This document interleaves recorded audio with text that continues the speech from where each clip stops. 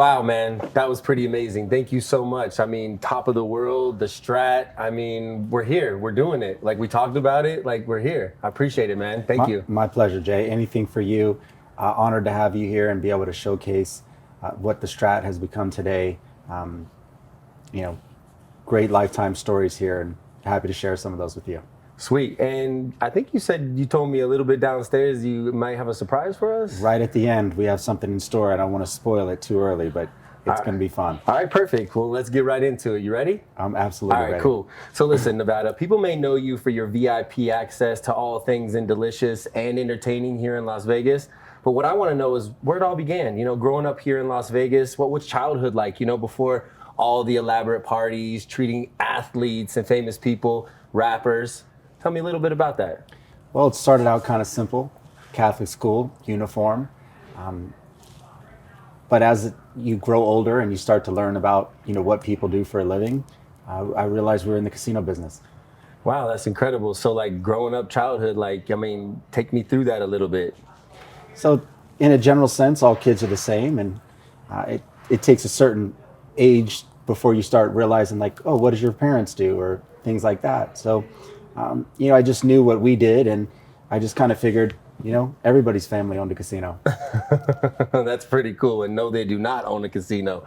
So take the viewers and me into a little bit more into that kind of mindset. Like, you know, your pops has a casino, you find that out. Are these your dreams at that time? Is your pops like grooming you to take over? Like kind of what's the plan? Like, you know, you're starting to go through adolescence, maybe even high school at the time. Like, what are you thinking? Like, you know, what's going on in your head at that time? Sure. So I think, you know, when you're growing up, there's different stages, right? There's the, you know, call it the before you go to school, and then when you're in grade school, and call it middle school, and then high school. We were in the business. We would come here frequently. If we wanted to find my dad, this is where he would be. When in these days there was no cell phones, there was no pagers. They had an intercom system in casinos, and if we wanted to reach our dad, that's how we'd get to him. And you know, if he didn't answer enough times, then, you know, we knew how to get over here. So you just like call on the phone over here and have them like PA him over the whole system? Yeah, their PAs were very common at most casinos. Once in a while, I will hear a PA, and it will bring me back to the days of us being here and being in business. But you know, if you spent any amount of time over here, you hear my dad's name paged over the intercom, you know, maybe 100 times a day.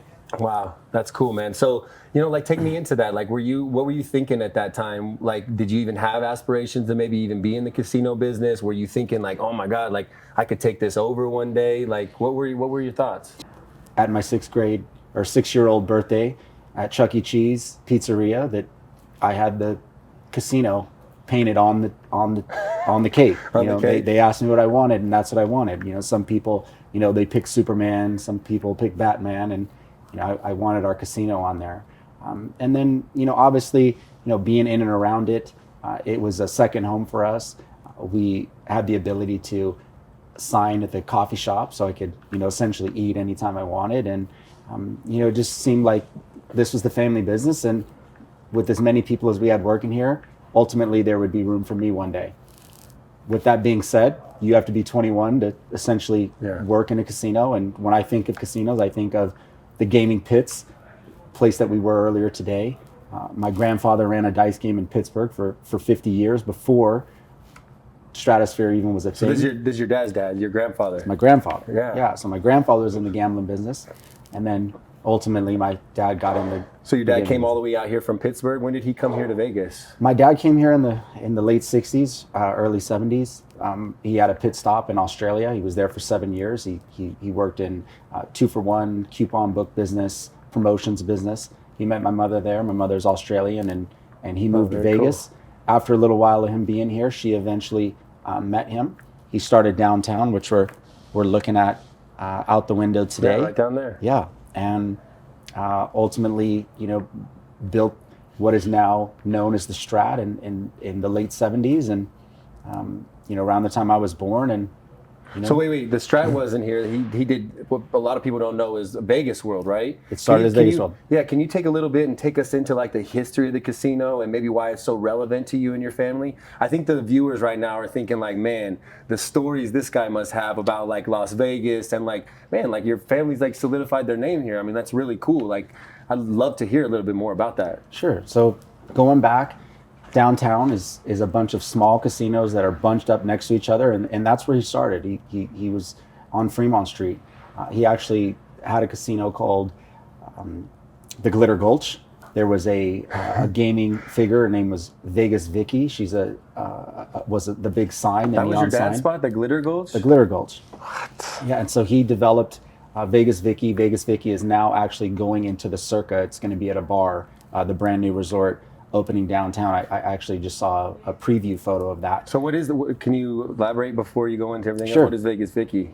Vegas Vicky is the sign for the casino. Oh, okay. So there was a historic Vegas images. One is Vegas Vic, who is the cowboy downtown. Oh, and then the Vegas Vicky's the one kicking the leg out. And then Vegas Vicky's across the street, exactly. Yeah. So he started downtown. He thought to himself, came up with every kind of gimmick to get people in the door, and he's like, I just don't know how to figure this out. There was land, which is here today, the Stratosphere, and he actually started by building a place called the $1 Million, and it was a world famous gaming museum and casino.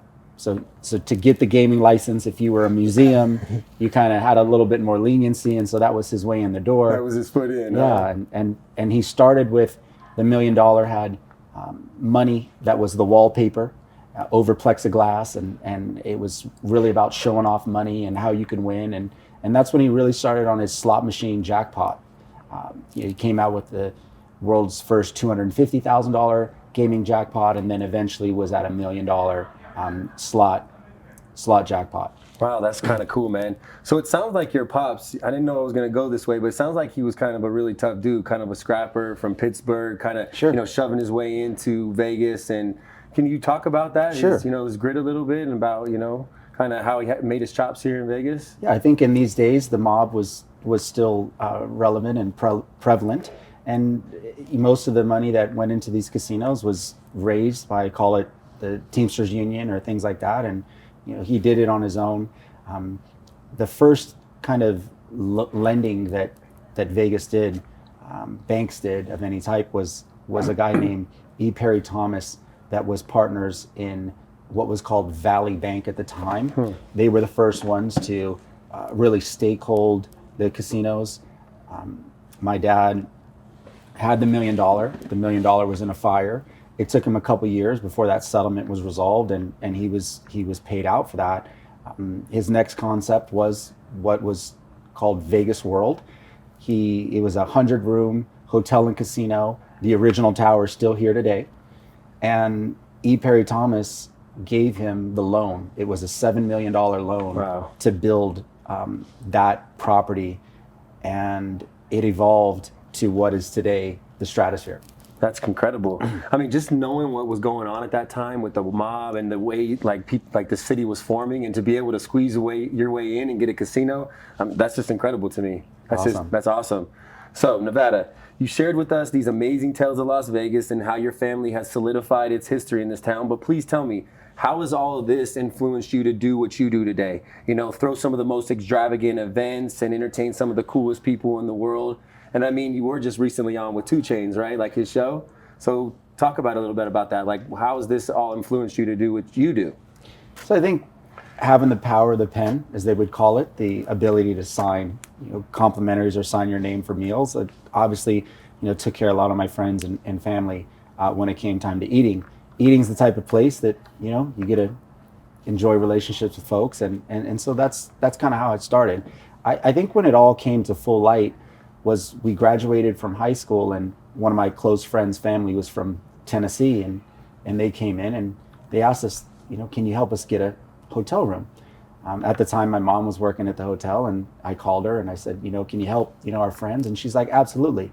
Well, little did we know, they gave them the penthouse suite, and it was incredible. And, we went up there and visited with them, and that was about 35 years ago, and That was the birth. that is still a topic in their family household at every special occasion that they have. You got them the penthouse. How we got them the penthouse. When I see them, today, they are bringing up the penthouse experience, and so, it really started with that, and I saw the effect it had on people, and really, it gave me the inspiration to help people create and have these once in a lifetime experiences, and the effects that they have on them, and ultimately, as a professional, to have the time of your life and be a part of that for people, the way that they view you, they look at you as such a positive, as such a positive influence on their life and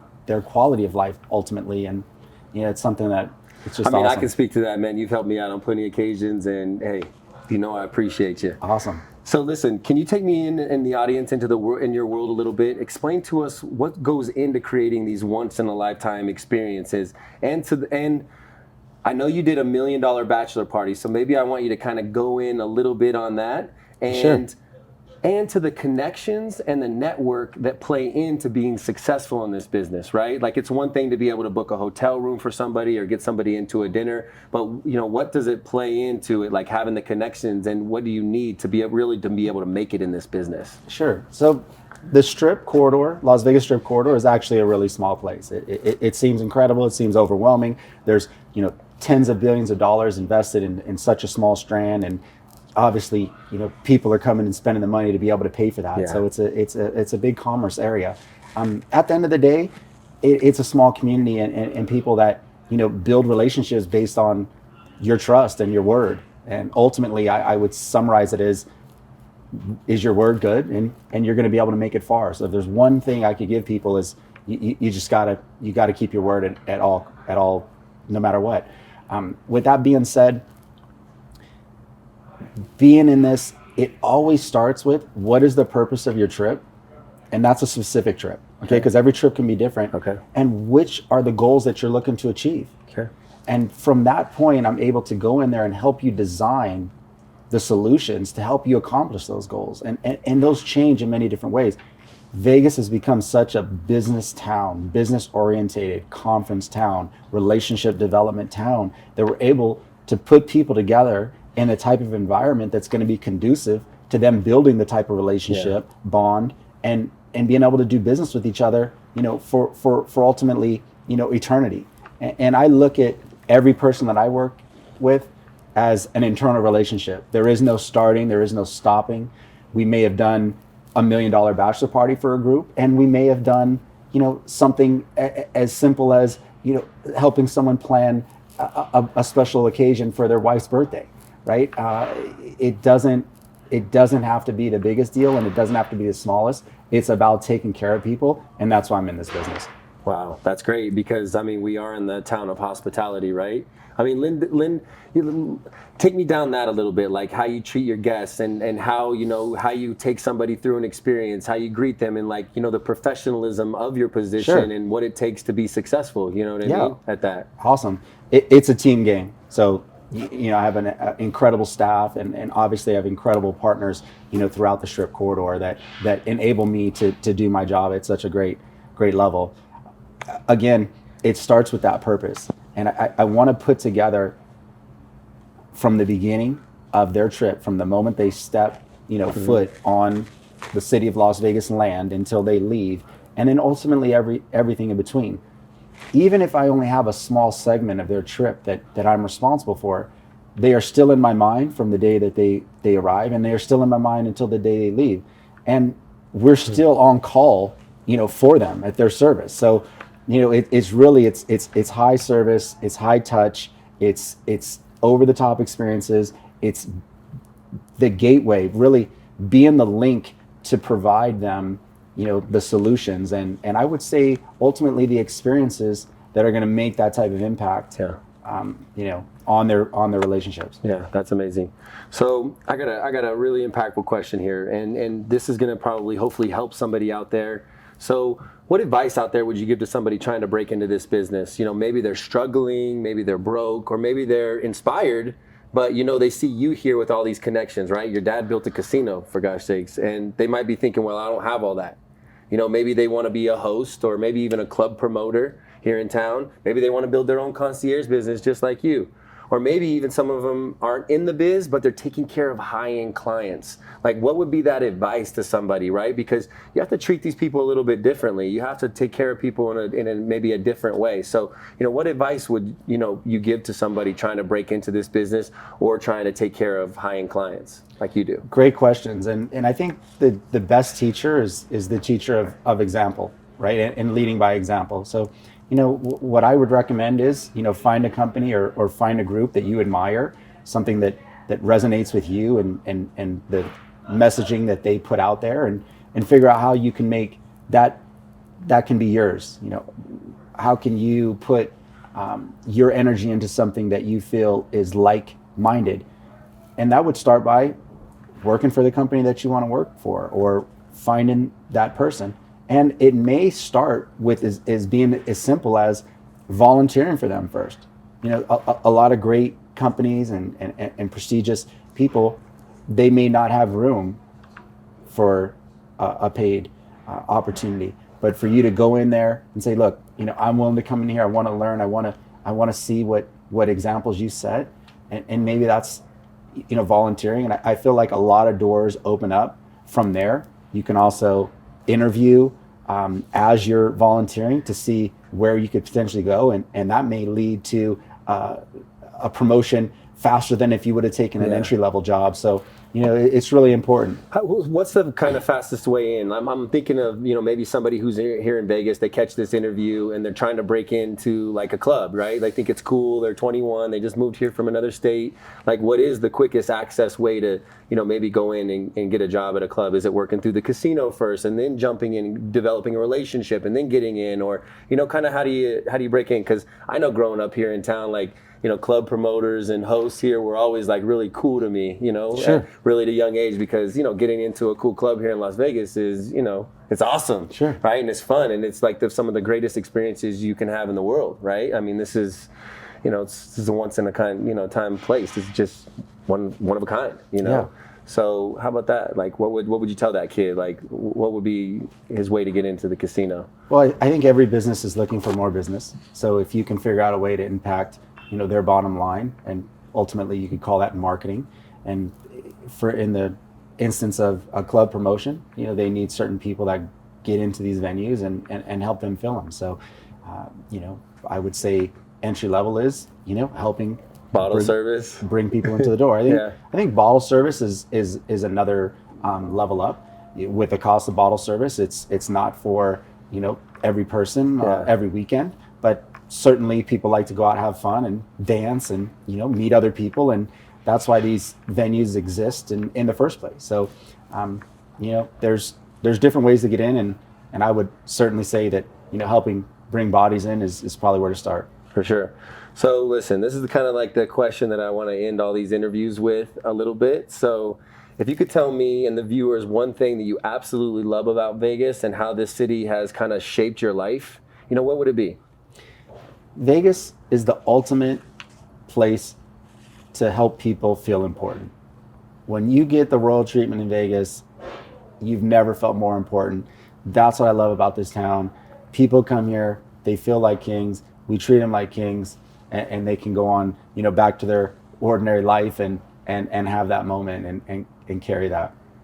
Well, that's awesome, man. Well, listen, I really appreciate you, hooking us up with this interview. We're about to go downstairs for this surprise, right? Awesome. So I can't wait to see that. Well, everybody, I hope you had just an amazing time with me today, sitting down with Nevada, getting to experience a little bit of Las Vegas history, and we got to see one tall ass building. We got to see one cool dude named Nevada. And I mean, hey, I just wanted to tell you thank you so much for allowing us to come out here, giving us the behind the ropes access. I mean, showing, what your connections can do for us. I mean, I really appreciate that. And I just want to tell the Strat thank you too. And again, this is Jay Hunt with the Las Vegas Entrepreneur, reminding you to love and live life.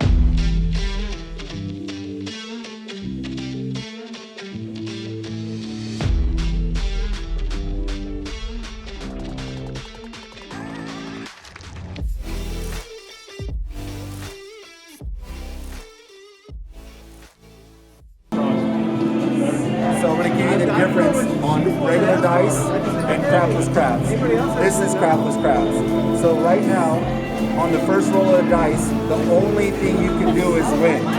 7 you win, everything else is a point. In order to win your bet on the pass line, you have to have rolled any number but 7 after you rolled it once, and then you'll have to roll that again. Before a 7 hits, that's how you win the game. What does that mean by a point? By a point? Like, so I'm going to show you right now what a point is. So take your 2 dice and roll it.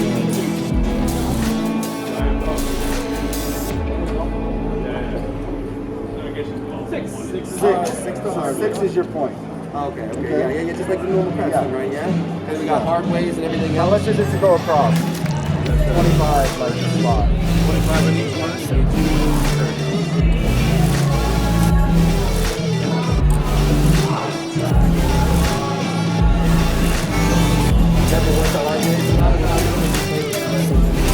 You want to do the hard way?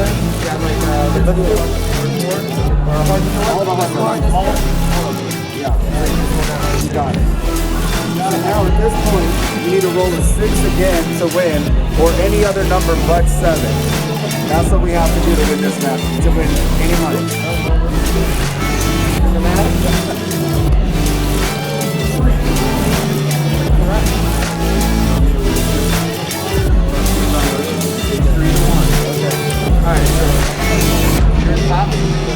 My pops invented this game. He invented this game so that the player would win more. He didn't want the player to have to hit 7 and lose. And the hard way, baby. And so like, why did we create this game? Like, how did that come about? Like, creating a game, that's like pretty cool. You know what I mean? So when you're competing on the Las Vegas Strip, you have to figure out ways to bring yourself into new customers into the property. And so by inventing these type of novelty games was a way to take people from the center strip and downtown, which is known really as the dice house of Vegas.